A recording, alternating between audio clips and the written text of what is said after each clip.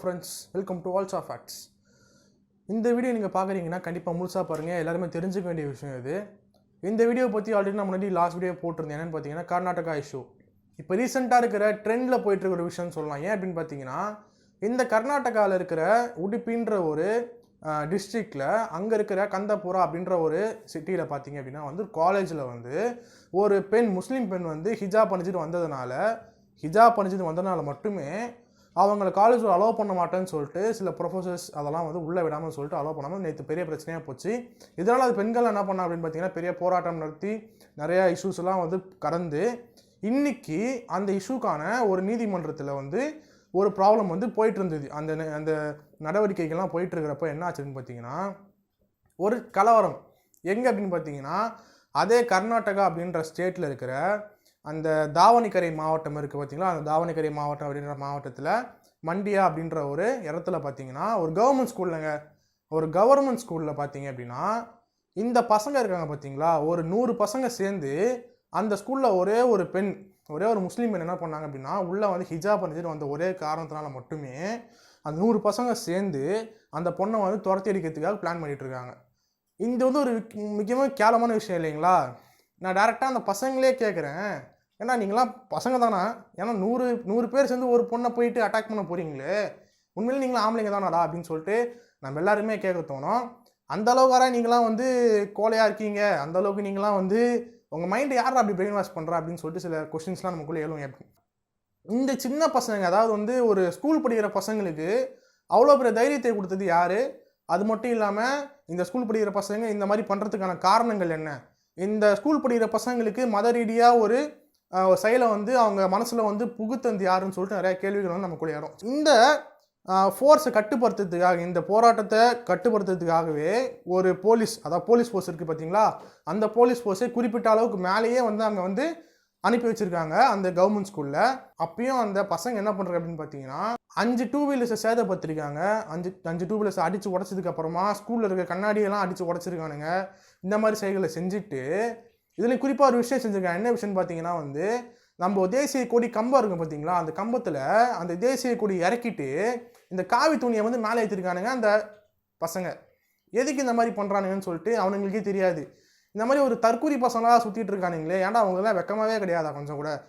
ஏன் இப்படி கேட்குற அப்படின்னு பார்த்தீங்கன்னா, நீங்கள் ஸ்கூலுக்கு போகிறீங்க, இந்த கர்நாடகா மாவட்டத்தில் இருக்கிற அரசு பள்ளிகள், தனியார் பள்ளிகள், கல்லூரிகள் எல்லாமே கேட்குறேன், ஜஸ்ட் ஒரு காமன் சென்ஸ் இல்லையாடா அவங்களுக்கு? ஏன்டா ஒரு முஸ்லீம் பொண்ணு ஹிஜாப் அணிஞ்சிட்டு வராங்க அப்படின்றப்போ எதில் எங்கன்னா அவனுக்கு உறுத்துது.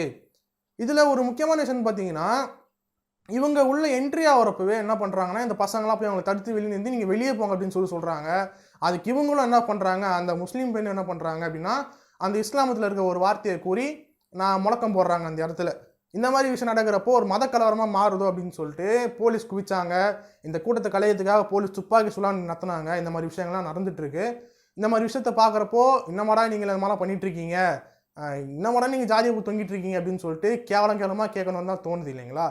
அது மட்டும் இல்லாமல் இந்த கர்நாடகாவில் இருக்கிற எஜுகேஷன் சிஸ்டம் என்ன தான் கலெக்டிட்டு இருக்காங்கன்னு தெரியல. அந்த ஆசிரியராக நான் கேட்குறேன் டேரெக்டாக, ஏன்டா நீங்களாம் ஒரு ஸ்டூடெண்ட்ஸ் டெவலப் பண்ணுற ஒரு ஜாபில் இருக்கீங்க, அந்த ஸ்டூடெண்ட்ஸ் மத்தியில் நீங்கள் இருக்கிற அந்த கேஸ்டிசமை உள்ளே புகுத்திட்டே இருக்கீங்க அப்படின்னு சொல்லிட்டு ரொம்பவே பச்சையாக திட்டணும் போல தான் தோணுது. ரொம்ப கோபமாக வருது. அது மட்டும் இல்லைங்க, இந்த பசங்களாம் ஒரு கல்வி படிக்கிறாங்க அப்படின்றப்போ நீங்களாம் படித்து முடிச்சுட்டு என்னடா ஆக போகிறீங்க அப்படின்னு கேட்டால், இதுங்களாம் கண்டிப்பாக படித்து முடிச்சு வேலைக்கெல்லாம் போகாது, இந்த மாதிரி ஜாதி சண்டைக்கும் அரசியல் சண்டைக்கும் தான் போகும் அப்படின்னு சொல்லிட்டு நினைக்கிறேன். இந்த டீச்சர்ஸ்லாம் பார்த்தீங்கன்னா, இந்த ஹிஜாப் பண்ணிச்சுட்டு ஒரு பெண்களை உள்ளே விட்றாமல் நீங்கள் வெளியே ஹிஜாப்பை கழட்டி வச்சு தான் கிளாஸ் உள்ள போனோம் அப்படின்னு சொல்கிற அந்த குறிப்பிட்ட முட்டாள் ஆசிரியர்கள் இந்த பசங்க இருக்காங்க பார்த்தீங்களா, அந்த 100 பசங்க காவி துண்டு போட்டு உள்ளே போகிறப்போ என்ன கூந்தல் பிடுங்கிட்டு இருந்தீங்க அப்படின்னு சொல்லிட்டு கேட்கணும்னு சொல்லிட்டு தோணுது இல்லைங்களா? இந்த மாதிரி இருக்கிற சில, அதாவது ஒரு ஆசிரியரே பார்ஷலி பார்க்குற மாதிரி சில விஷயங்கள்லாம் நடந்துகிட்ருக்கு அப்படின்னு சொல்லிட்டு இந்த சந்தர்ப்பத்தில் உங்ககிட்ட நான் ஷேர் பண்ணணும்னு நினச்சேன், அதனால் ஷேர் பண்ணுறேன். நான் ஒரு மாணவன் சரிங்களா, நான் அந்த கர்நாடகா மாணவரை பற்றி கேட்குறேன். ஏன்னா அவங்களெல்லாம் கஷ்டப்பட்டு வீட்டில் பேரண்ட்ஸ் சோத்தை போட்டு நல்லா வளர்த்து படிக்க அமிச்சாங்கன்னா, நீ படிக்கிற வேலையை விட்டுட்டு அங்கே போய் போராட்டம் பண்ணிருக்கிற, இது உனக்கு தேவையா அப்படின்னு சொல்லிட்டு எல்லாருக்குமே கேட்க தோணும். அதுவும் இல்லாமல் சாதாரணமான போராட்டம் இல்லை, ஒரு மத கலவரத்தை நீ பேணி பண்ணுற. ஆனால் தமிழ்நாட்டில் இருக்கிற மக்கள்லாம் ஒரு விதத்தில் கிரேட் கேங்க அப்படின்னு பார்த்தீங்கன்னா, நான்லாம் வந்து ஒரு பையன் ஹிந்து பையனாக இருக்கேன் அப்படின்னா எனக்கு வந்து கிறிஸ்டின் ஃப்ரெண்ட்ஸ் இருப்பாங்க, முஸ்லீம் ஃப்ரெண்ட்ஸ் இருப்பாங்க இல்லைங்களா. இந்த மாதிரி இருக்கிற சரௌண்டிங்ஸில் பார்த்தீங்கன்னா நான் அவன் கூட சகஜமாக தான் பழகுவேன், இவன் கூட சகஜமாக தான் பழகுவேன். இது எந்த விதமான போட்டியோ பொறாமையே கிடையாது. இப்போ வரைக்குமே தமிழ்நாடு கல்லூரியில் பார்த்தீங்கன்னா எந்த ஒரு கல்லூரியிலே வந்து ஹிஜாப் அணிஞ்சு உள்ளே வரக்கூடாது, நீ வந்து கிறிஸ்டினா சிலுவை போட்டு உள்ளே வரக்கூடாது, நீ வந்து ஹிந்துனா காப்பு கட்டிட்டோ இல்லைனா வந்து உன்னோட மதரீனா அடையாளத்தை வந்து நீ அணிஞ்சுக்கிட்டோ உள்ளே வரக்கூடாது அப்படின்னு சொல்லிட்டு எந்த விதமான சட்டமும் கிடையாது. உன்னுடைய ரிலீஜியஸை ஃபாலோ பண்ணலாம் அப்படின்னு சொல்லிட்டு கான்ஸ்டியூஷன்லேயே சொல்லியிருக்காங்க. இந்த ஒரு விஷயத்தை புரிஞ்சுக்கூட பைத்தியக்கார பசங்களா அப்படின்னு சொல்லிட்டு நான் சொல்கிறேன். ஏன்னா இந்த ஒரு விஷயத்தை புரிஞ்சாதான் உனக்கு வந்து இதெல்லாம் வந்து தப்பு கிடையாது, உனக்கு புரியும். இதெல்லாம் தான் உனக்கு கிளாஸ் வேண்டி கிடைக்குது. படிக்கிற வயசில் படிக்கிறத விட்டு அந்த பொண்ணு இதை போடுறான், இந்த பொண்ணு இதை போடுறான் அப்படின்னு சொல்லிட்டு இந்த ஆசிரியர்களுக்கும் முட்டாள்தனமாக தான் பண்ணுறாங்க, பசங்களும் முட்டாள்தனமாக தான் பண்ணிட்டு இருக்காங்க. இந்த மாதிரி ஒரு விஷயம் வந்து போயிட்டு இருக்கு. இந்த ஒரு பர்டிகுலர் விஷயம் பேஸ் பண்ணி என்ன பண்ணுறாரு அப்படின்னு பார்த்தீங்கன்னா, இந்த எதிர்கட்சி தலைவர் இருக்காரு பார்த்தீங்களா கர்நாடகாவில், அவர் வந்து என்ன பண்ணுறாரு அப்படின்னா குறிப்பிட்ட இந்த 10 நாள் வந்து லீவ் விட்டுருக்காங்க ஸ்கூலுக்கு லீவ் விட்டு என்ன பண்ணுறாரு அப்படின்னு பார்த்தீங்கன்னா, இவங்களாம் வந்து வீட்டில் இருந்தால் சேஃபு அப்படின்னு சொல்லிட்டு ஸ்கூல் லீவ் விட்டு வீட்டிலே பசங்க இருக்க சொல்கிறாங்க. அதையும் மீறி சில தற்கொலை நாய்ங்க என்ன பண்ணுறாங்க அப்படின்னு பார்த்தீங்கன்னா, ரோட்டில் வந்து இறங்கி காவி ட்ரெஸ்ஸை போட்டுக்கிட்டு ஊர்வலமாக வந்துட்டு தான் இருக்காங்க. இதையெல்லாம் பார்க்குறப்போ எதையாவது கழட்டி அடிக்கணும் போல தோணுது. சோறை தான் தின்றீங்களா, வேறு ஏதாவது தின்றீங்களா அப்படின்னு சொல்லிட்டு கேட்கணும் போல தோணுது. இந்த மாதிரி விஷயங்கள்லாம் தமிழ்நாட்டில் வந்து இன்னமும் கண்ணுக்கு மறைமுகமாக இருக்குது அப்படின்றதுனால ஏதோ ஒரு விதத்தில் லைட்டாக சந்தோஷப்பட்டுக்கலாம், ஆனால் இருந்துட்டு தான் இருக்குது.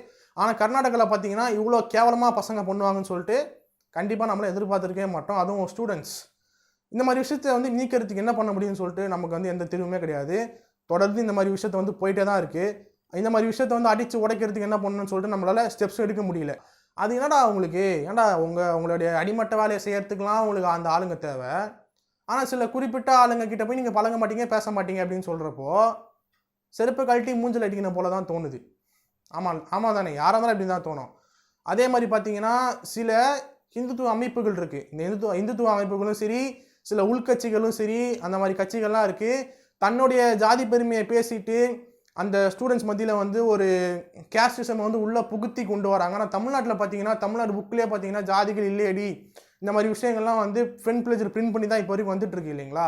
இந்த மாதிரி விஷயத்த பார்த்து நீ கேஸ்டிசம்னா இதான்ப்பா, அதாவது நீ வருங்காலத்தில் ஒரு வேலைக்கு போகிறதுக்கு கேஸ்டிசம் அப்படின்ற ஒரு கேஸ்ட் சர்டிஃபிகேட் உங்களுக்கு தேவைப்படுது அப்படின்ற ஒரு காரணத்தினால இந்த கேஸ்டிசமை வந்து பிடிச்சி தொங்கிட்டு இன்னி வரைக்குமே சில நான் அந்த வார்த்தையை சொல்லக்கூடாது, சில பேதையர்கள், சில முட்டாள்கள் வந்து இந்த மாதிரி விஷயத்த பண்ணிகிட்டே இருக்காங்க.